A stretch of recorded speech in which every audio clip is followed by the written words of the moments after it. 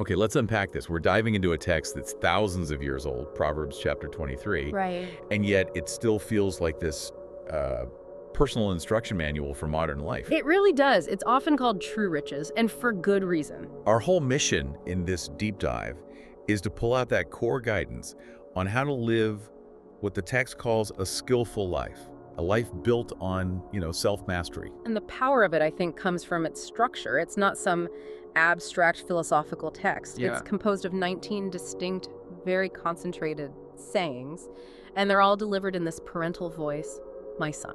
Which makes the advice feel so personal, so practical. Exactly. And the imagery, the use of what we call antithetic parallelism. Where one line is set up in direct contrast to the next. Yes, it's all designed to give you this wisdom that just sticks, so you can recall it right in a moment of temptation. So today we're really focusing on those big areas of external pressure. Yeah. Social power, wealth, and our own desires. And we begin right where temptation often starts, which is at the table of power. Right. The warning in verses 1 through 3 about dining with a ruler, it is anything but subtle. Not at all. Put a knife to your throat if you possess a great appetite. That's extreme. It is. It can't just be a warning against, simple gluttony, can it? It's so much deeper than that. The real warning is about being compromised.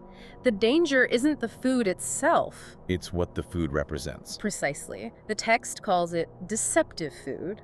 The whole experience, the opulence, it's meant to dull your discernment.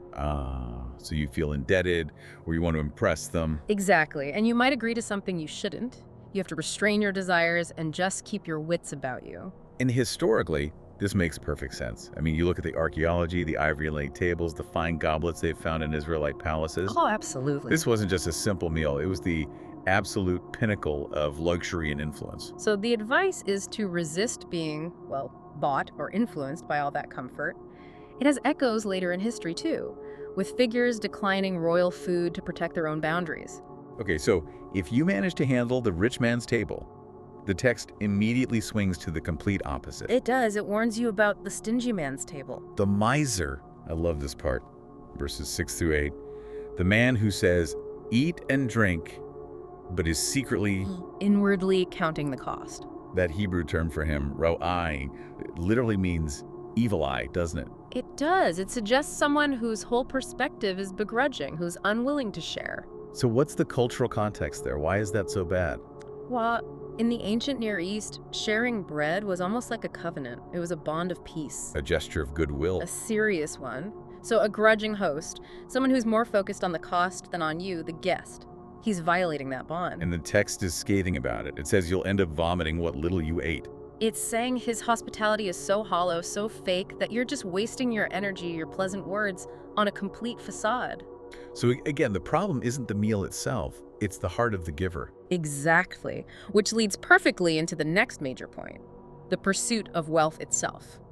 Verses 4 and 5 caution, do not wear yourself out to get rich. It's not an argument against hard work, though, is it? No, it's an argument against the kind of consuming effort that sacrifices everything else, your wisdom, your family, your character, just to accumulate stuff. And here's where the imagery gets just incredible. Yeah. The metaphor for fleeting wealth, it says riches. Make wings for itself and flies like an eagle to the sky. Wow. It's such a powerful image, and it speaks directly to how unstable wealth really was. For them, a locust swarm, a sudden invasion. Right, like in the book of Judges. Yes, it could wipe you out overnight. The eagle might even be a symbol for a powerful empire like Assyria that could just swoop in and snatch everything away. Today, the eagle isn't Assyria, but the principle holds. A market crash, a tech bubble bursting. It's the same reminder. Money, unlike wisdom, is fundamentally unstable. That idea of not storing up treasures on earth has its roots right here.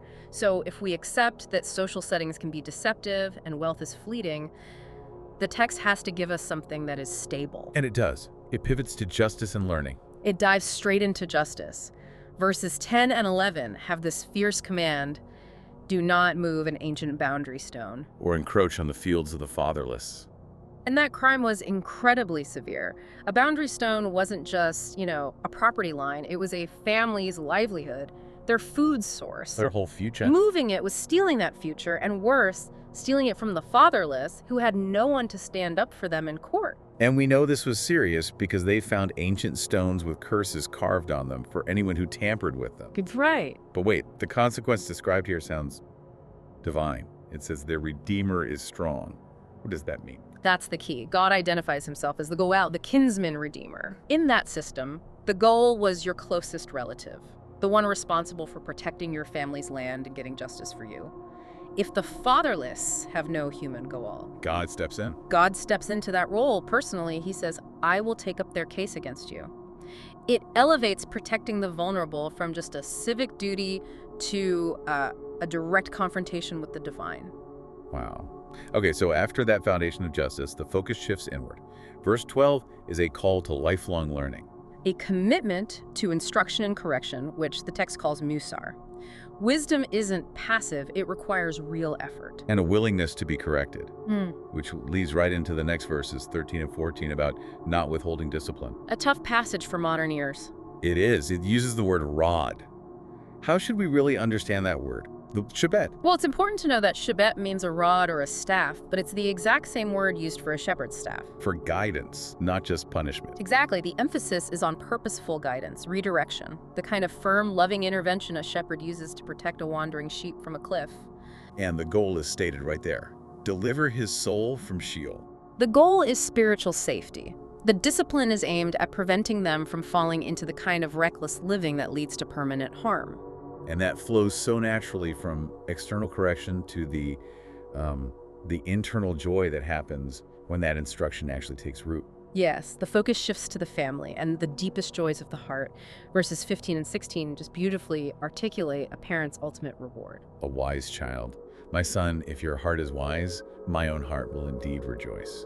And the language is so wonderfully visceral, isn't it? It is. He says, my inmost being will rejoice. But the Hebrew is actually my kidneys. Right. It's this deep gut-level joy. It's a physical validation of your emotional investment. And that metaphor of investment is key. It sets up verse 23.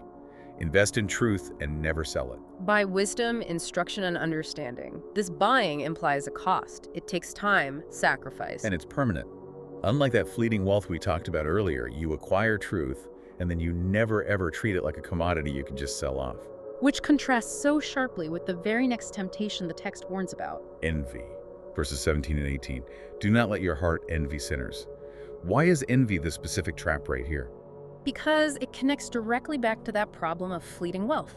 The sinner is often making those rapid, unstable gains without any ethical boundaries. While the wise person is on this slow, difficult path of building character. Exactly. So you see their quick success, you feel that pull, and you're tempted to abandon your own hard-won course for what looks easy. To jump ship. Yes. And the text counter is simple. Surely there is a future, and your hope will not be cut off. The solution to envy is always a long-term vision.